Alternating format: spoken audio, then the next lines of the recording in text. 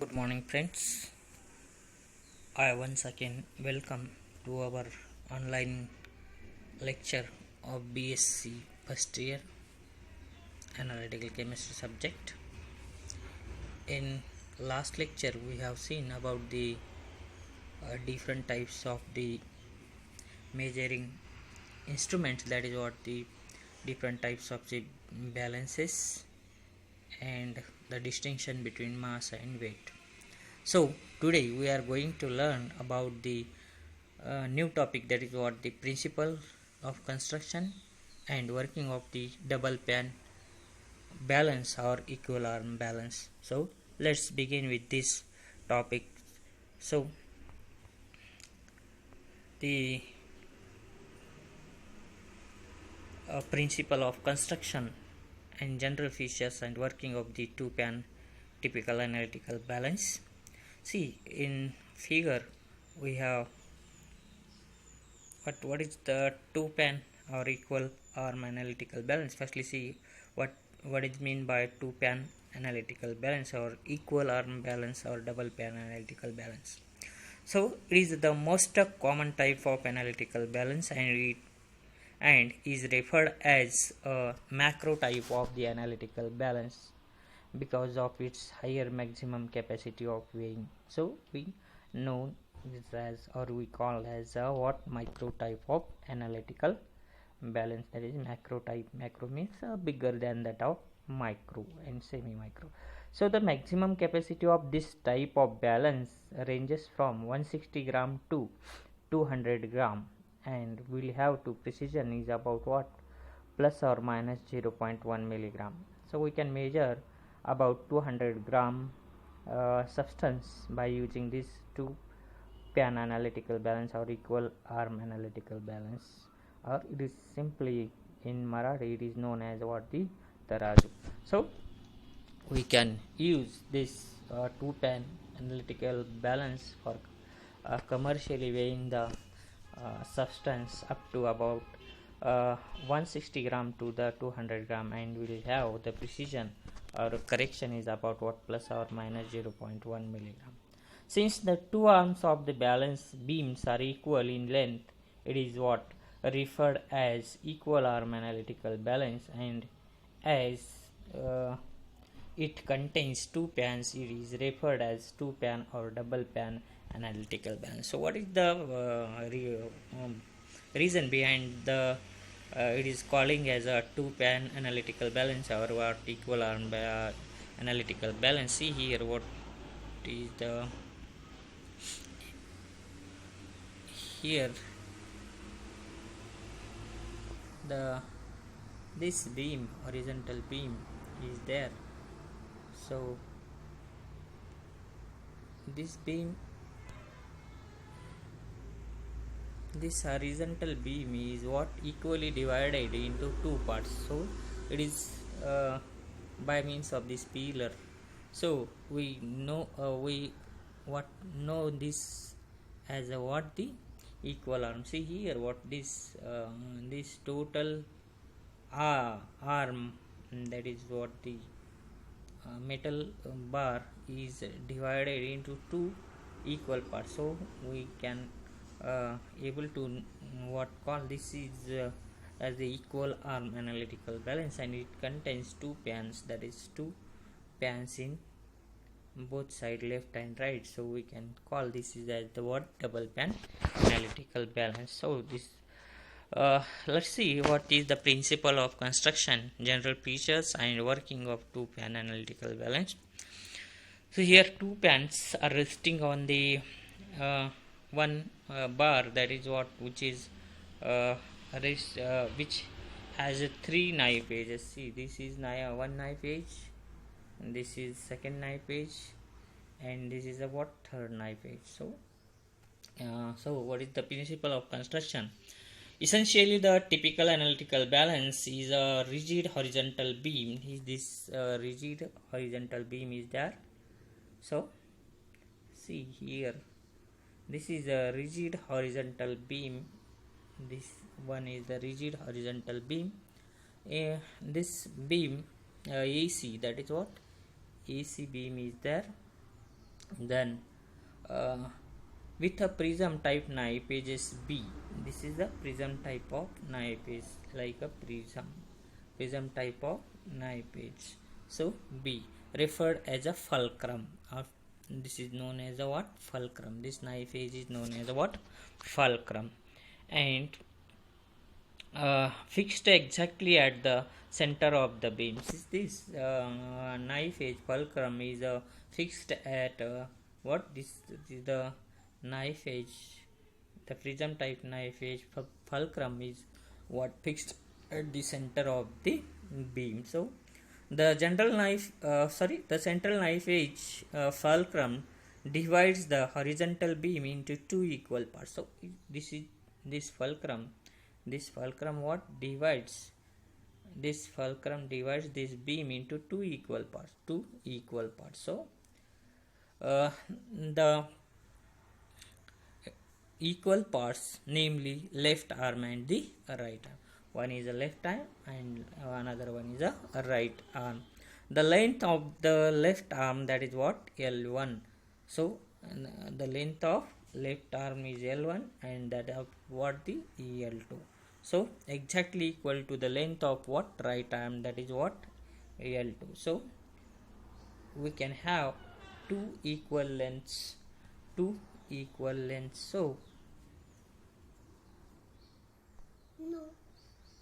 So this, that is L1 is equal to L2.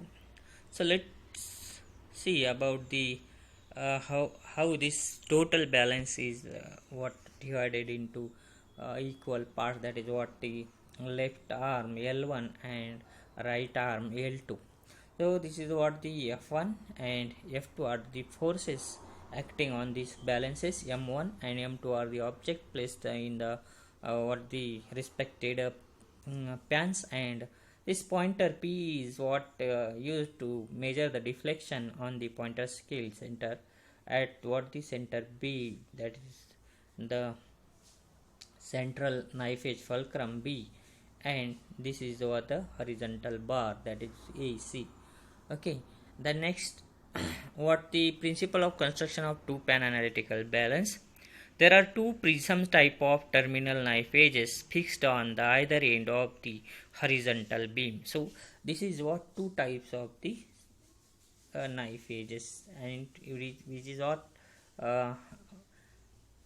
lie on the end of this beam. So after that either end of the horizontal beam, the two pans of the balance are supported on the what? These two terminal knife edges by means of the suspension called as a struts. So this what this pans are suspended on the struts by means, it is hanged by means of the struts. This is what? The struts.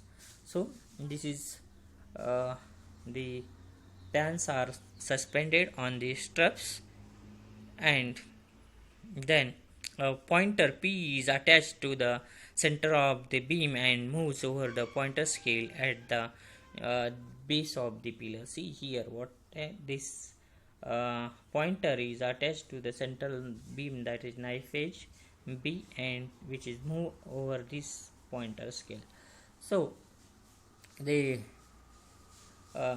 suppose a object body of mass m1 is placed on the left pan, and then the force F1 acts on the object and pulls it downwards. As a result, the pointer deflects towards the right side. So what happens when we put the object in the left side? Here what? We put the object here, and this force is F1 acting on this object, then this what balance is get downwards, and this pointer moves towards the pointer scale on the what? The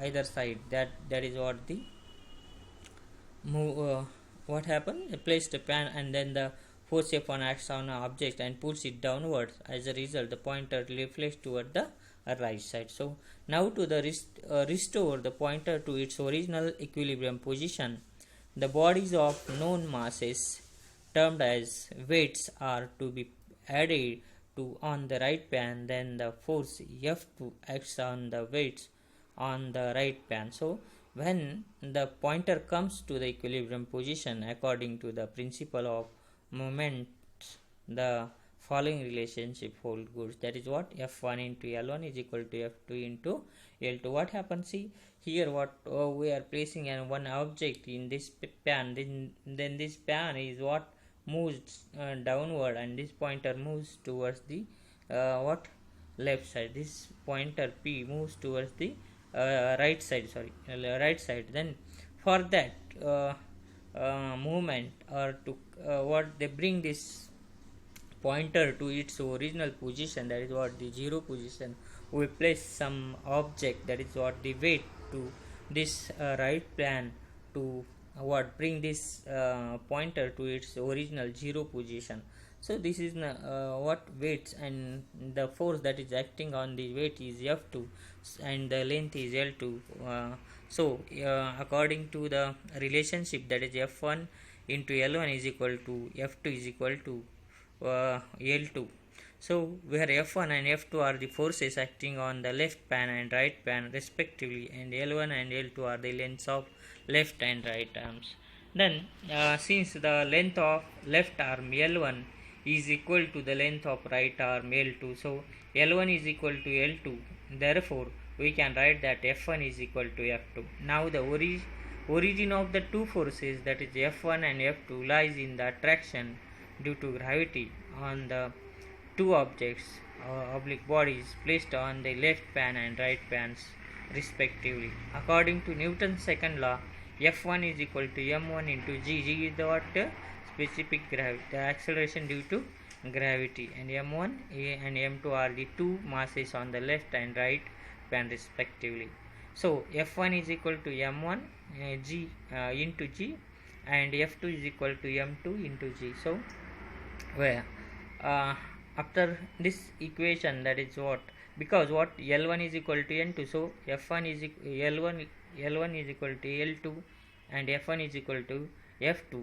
So therefore F1 is equal to m1g and F2 is equal to m2g, where g is the acceleration due to gravity and m1 and m2 are the two masses on left and right pan respectively.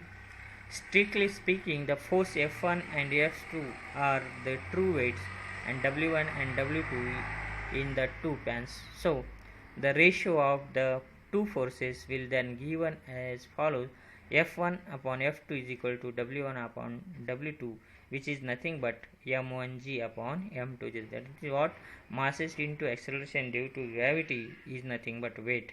So or F1 upon F2 is equal to m1 upon m2. Then since the term g cancels in the case of the equal arm balance, because the ratio of two forces F1 and F2, that is ratio of two weights W1 upon W2, is the equal to the ratio of two masses m1 and m2, so g get cancelled.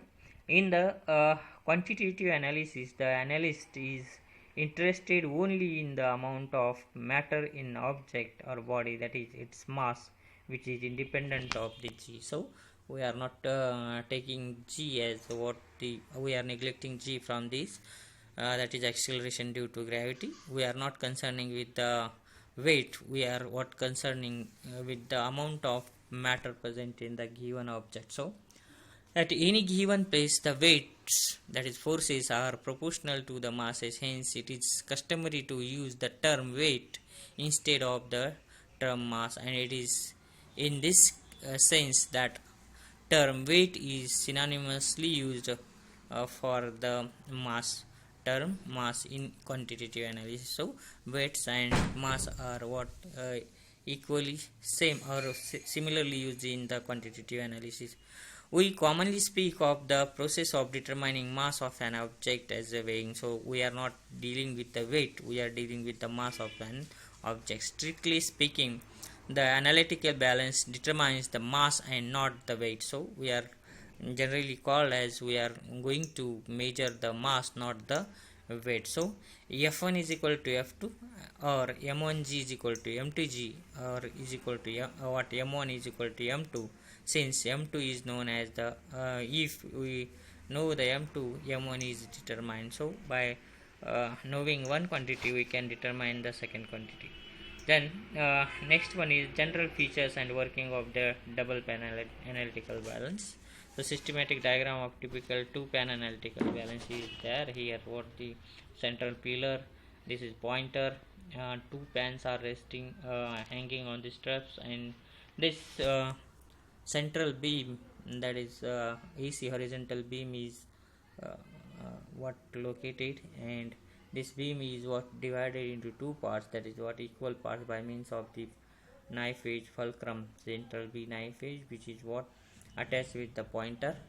And so the general features of typical two pan analytical balance are shown diagrammatically in the above figure. So the main parts and working of the analytical balance are what the uh, first one is the horizontal beam as light as possible is mounted at its center on the prism type of central knife edge made up of agate or sapphire, and it's known as a fulcrum. So what central knife edge is known as a fulcrum, which is made up from agate or spear, and the horizontal beam is mounted as possible, light as possible, uh, as light as possible for what the purpose of what the load. So uh, this fulcrum, the central knife edge fulcrum, is resting upon an agate or sapphire plate uh, fixed at the top of the beam and supported on the what or pillar. There are two terminal knife edges made up of agate or sapphire fixed on the either end of the horizontal beam at exactly equal distance from the central knife edge fulcrum. The two pans of the balance are supported on these two terminal knife edges by means of the suspension called as struts. So actually the terminal knife edge support the sapphire and agate plates fixed to the struts upon which the pans of the balance are suspended or hanged. Here what we see here, how these two pans are hanged over these uh, terminal knife edges by means of the struts or agates. So here the central knife edge fulcrum is attached with the pointer, and this overall this beam, that is horizontal beam AC, is resting on the central knife edge fulcrum. So there are two terminal knife edges, and which is what the hang with the two pan analytical, that is two pans, and which are fixed by means of the agate or struts. Then a long pointer is attached to the center of the beam. The pointer moves to and fro over the pointer scale at the foot of the pillar and indicates the deflection of the beam from the central position. If we put any object, then deflection of the beam takes place, and after deflection, the deflection of the pointer, movement of the pointer also takes place on the central scale mounted on the pillar. So we can able to measure the deflection of the beam. A small weight is attached to the pointer, and it serves to move the center of gravity, and hence what the used to change the sensitivity of the balance. So this small weight is what attached for the what the change the sensitivity of the beam. Here what the small weight is attached. Then after that the whole horizontal beam is divided into 100 equal parts of either side, so that weight adjustment smaller than 10 milligram can be made by the using small piece of platinum or gold wire called as a rider. The weight of adjustments smaller than 10 milligram can be made by placing the rider on appropriate position of the horizontal beam, and with the help of rider hook and rider carrier, the actual weight of the rider is 10 milligram. So this small, what is the purpose of attaching small weight to the horizontal beam? Here what the small weight is attached to the horizontal beam, and this horizontal beam is subdivided into 100 equal parts in either side of the both side to the uh, what we both side, that is left and right arm. So this small weight, that is what the rider helps to maintain the weight, so by means of 10 milligram. So there are two adjusting screws on either end of the horizontal beam. These adjusting screws used to adjust the equilibrium position of the pointer, and it is ensured that the pointer results at the center of the pointer rests at the center of the scale, and the beam is horizontal when unloaded. What happened? There are two adjusting screws at the bottom of the making the balance. This type of adjusting screws, basic screws to maintain the equilibrium. So this type of screw what maintain the equilibrium by means of adjusting these screws the pointer, and it's ensure that the pointer rests at the what the center of the scale, and the beam is horizontal. And when this beam is not loaded, the position of this pointer is at the exact at the center of the scale. Here see how this pointer is on the what 0. So in this way this pan is adjusted, and after that there are two leveling screws at the bottom of the balance, and a pendulum is suspended from the top of the pillar. So a metal pointer is fixed near the base of the pillar. By using these two leveling screws, the pendulum and metal pointer, the balance can be leveled. So when the tip of the pendulum and metal pointer coincide each other, it is assumed that the balance is level. So what is the after what balancing this beam, this if this pointer matches to 0, then it what we can call it as a what it get balance. So in this way we can what balance the beam, and there is a rotating knob known as a beam pan arrest release or release arrest knob at the bottom of the base and in front of the balance. By using this knob, the beam and the pans can be released or arrested when required. So we can arrest we can arrest the beam with the help of knob, and we can release the beam. So this knob helps to prevent the knife edges from undue wear. So for the prevention of the knife edge from the breakage, we can use this arrest and release knob when not in use or during the transfer of weight object to and from the pans of the balance, so it cannot harm the balance or central knife edge. So this is about the uh, double pan analytical balance. If you have any queries regarding this topic, please put the question in question box. I will try to answer. So thank you, thanks a lot, have a nice day.